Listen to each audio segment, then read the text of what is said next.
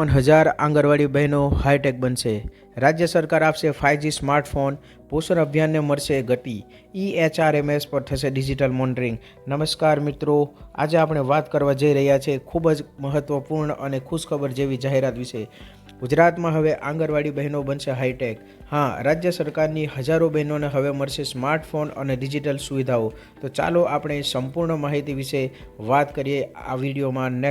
ગુજરાત રાજ્યમાં પોષણ અભિયાનને વધુ અસરકારક બનાવવા માટે મહિલા અને બાળ વિકાસ વિભાગ દ્વારા મોટો નિર્ણય લેવામાં આવ્યો છે। મિત્રો, તમે જાણો છો ઘણા લાંબા સમયથી આપણી જે આંગણવાડી બહેનો હડતાળ પર ઉતરી હતી અને તેમના દ્વારા મહત્વપૂર્ણ એક માંગણી રૂપે પગાર વધારો અને ત્યારબાદ તેમને 5G સ્માર્ટફોન આપવામાં આવે વગેરે જેવી માંગો ઉઠી હતી।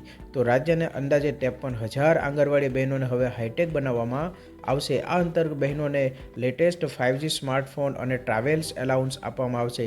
એટલે કે મિત્રો, જે બહેનો ઓફિસ કચેરીના જે અવર જવર થાય છે તેના માટે તેમને ટ્રાવેલ્સ એલાઉન્સ આપવામાં આવશે। ત્યારબાદ જે સ્માર્ટ કામગીરી છે, ઓનલાઈન કામગીરી છે, તેના માટે તેમને હવે સ્માર્ટફોન પણ આપવામાં આવશે। તો આ તેમની બે મુખ્ય માંગો છે જે રાજ્ય સરકાર દ્વારા ગઈકાલે સ્વીકારવામાં આવી છે અને નજીકના ટૂંક સમયમાં દરેક બહેનોને 5G સ્માર્ટફોન પૂરો પાડવામાં આપવામાં આવશે। આ નિર્ણયનો મુખ્ય ઉદ્દેશ પોષણ ટ્રેકર એપને વધુ અસરકારક બનાવવાનો છે, જેથી બાળકો અને ગર્ભવતી મહિલાઓને પોષણ સંબંધિત ડેટાનું રિયલ ટાઈમિંગ મોનિટરિંગ કરી શકાય। મિત્રો, આ એપ અથવા તો આ 5G મોબાઈલ આપવાનો સરકારનો મુખ્ય હેતુ એ છે કે જે આપણી આંગણવાડી બહેનો છે તેમને હાઈટેક બનાવવામાં આવે અને તેમના માટે જે સ્માર્ટ કામગીરી કરવામાં આવે છે, જે પોષણ ટ્રેક એપ પર જે દર અઠવાડિયે અથવા તો મહિને જે માહિતી નાખવામાં આવે છે તેમાં તેમને સરળતા રહે અને તેનું રિયલ ટાઈમિંગ મોનિટરિંગ પણ ઉપલી અધિકારીઓ દ્વારા કરી શકાય।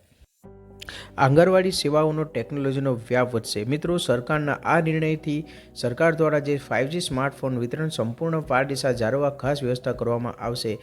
દરેક આંગણવાડી બહેનોને આપવામાં આવેલ ફોનનો રેકોર્ડ EHRMS પોર્ટલ એટલે કે જે સરકારનું ઇલેક્ટ્રોનિક્સ રેકોર્ડ છે તેની ઉપર નોંધવામાં આવશે અને જે પારદર્શકતાની વ્યવસ્થા છે તે મુજબ દરેક આંગણવાડી સુધી સ્માર્ટફોન પહોંચી શકે તે રીતે વ્યવસ્થા કરવામાં આવશે। આ પહેલથી આંગણવાડી બહેનોની કાર્યક્ષમતામાં વધારો થશે, તેમને રિપોર્ટ બનાવવામાં સરળતા રહેશે અને સમય પણ બચશે। ડિજિટલ ટેકનોલોજી દ્વારા તેઓ વધુ સક્ષમ અને આત્મનિર્ભર બનશે। આ એક પ્રકારની ડિજિટલ ક્રાંતિ છે જે ગ્રામ્ય સ્તરે જોવા મળશે। તો મિત્રો, આ નિર્ણયથી માત્ર આંગણવાડી બહેનો જ નહીં પરંતુ બાળકો અને માતાઓને પણ મોટો લાભ થશે। પણ મિત્રો, વાત કરીએ સ્માર્ટફોન વિતરણની, તો ફોન આપતી વખતે દરેક કર્મચારીનો ફોટો લેવામાં આવશે અને OTP આધારિત ચકાસણી પણ કરવામાં આવશે।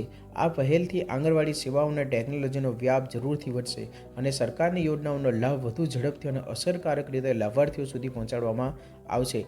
આ ફોન મેળવવા માટે તેમને કોઈ પ્રોસેસ કરવાની નથી। ઉપલી કચેરી એટલે કે ICDS સેન્ટર દ્વારા તેમને પારદર્શક રીતે સ્માર્ટફોન 5Gનું વિતરણ કરવામાં આવશે। હવે મિત્રો, આપણે મુખ્ય માંગની વાત કરીએ તો આંગણવાડી બહેનોની જે સૌથી અગત્યની અને સૌથી મુખ્ય માંગ છે કે હાઈકોર્ટ દ્વારા જે સૂચિત પગાર વધારો જણાવવામાં આવ્યો છે તે સરકાર ક્યારથી લાગુ પડશે।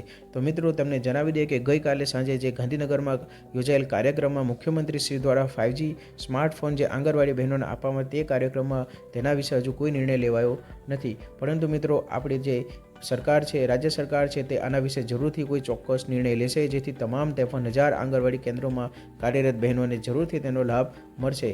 આપણી જે સંવેદનશીલ સરકાર છે, મુખ્યમંત્રી શ્રી ભૂપેન્દ્રસિંહ પટેલના નેતૃત્વમાં આ વિશે જરૂરથી ચોક્કસ આવનારા સમયમાં આંગણવાડી બહેનો અને તેમના સંઘો વિશે જરૂરથી કોઈ નિર્ણય લેશે તેવી આપણને ખૂબ આશા છે। આવનારા સમયમાં સરકારશ્રી દ્વારા પગાર વધારા વિશે શું માહિતી અપડેટ આવે છે તે પણ અમારી નજર રહેશે। તો તમે જરૂરથી તે જાણવા માટે જરૂરથી અમારી સાથે જોડાયેલા રહો। ચેનલને જરૂરથી સબસ્ક્રાઈબ કરજો અને વિડીયોને બહેનો સુધી જરૂરથી શેર કરજો। જય હિન્દ, જય ભારત।